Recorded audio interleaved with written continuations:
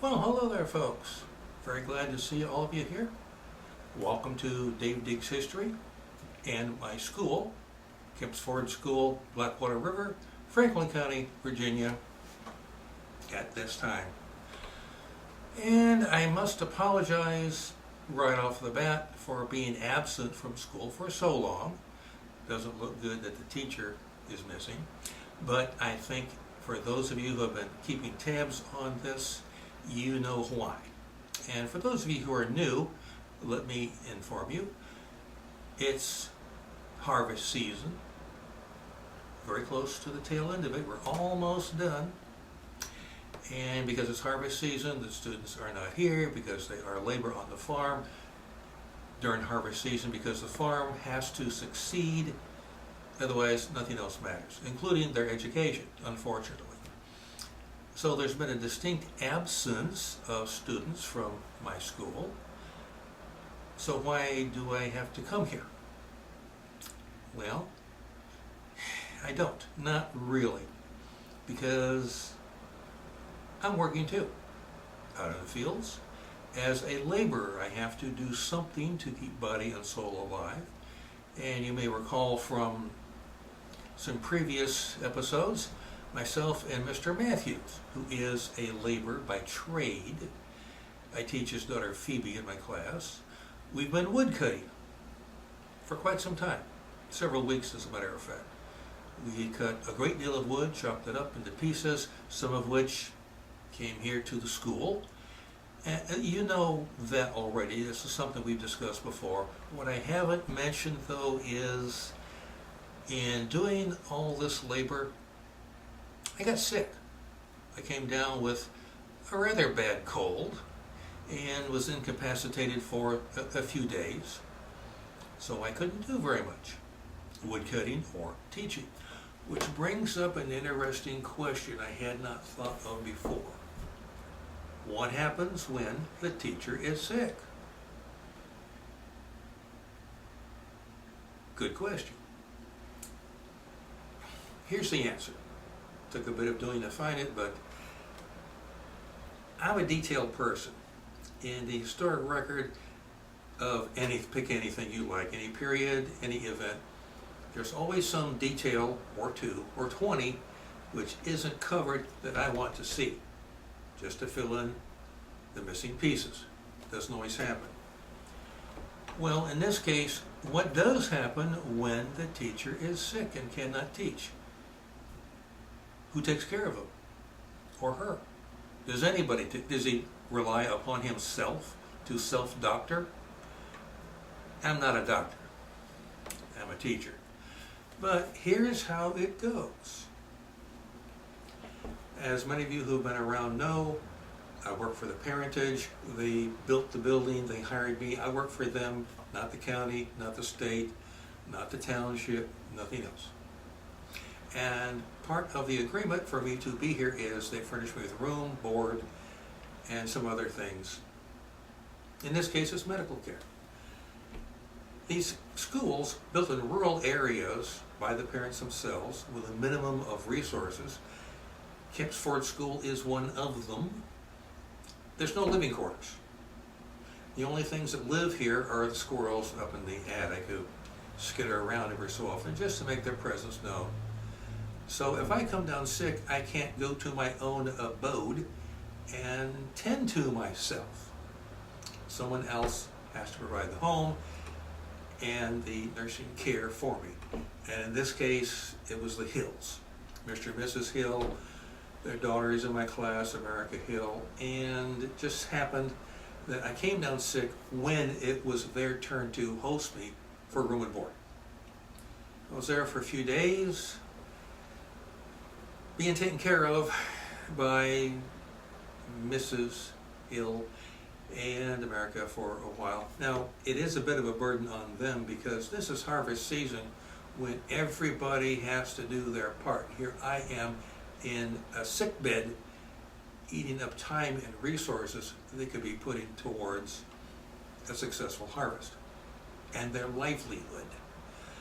I appreciate their kind administrations, and I felt bad about having to take up so much of their time and their resources, but what's the option? There isn't one. In a big city school, and this is not the big city, there perhaps is a hospital, perhaps, that I could go to, but this isn't the big city. There are no hospitals. Anybody who gets sick relies upon the tender mercies of the family, friends, to take care of them. And they did, and I'm back. And I'm feeling not too good, not too bad.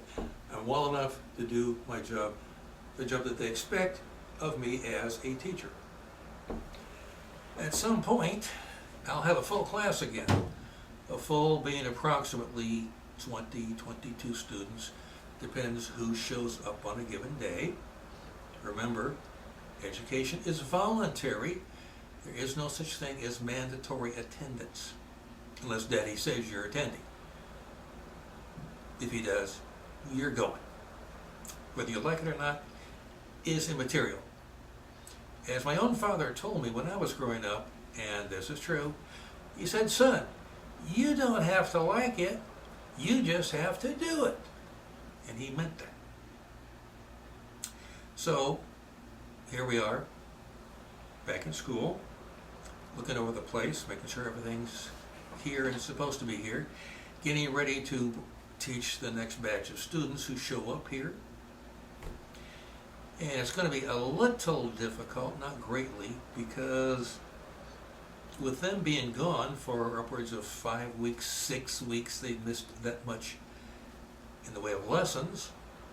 And it behooves me to somehow remember, however, where we left off with each individual student.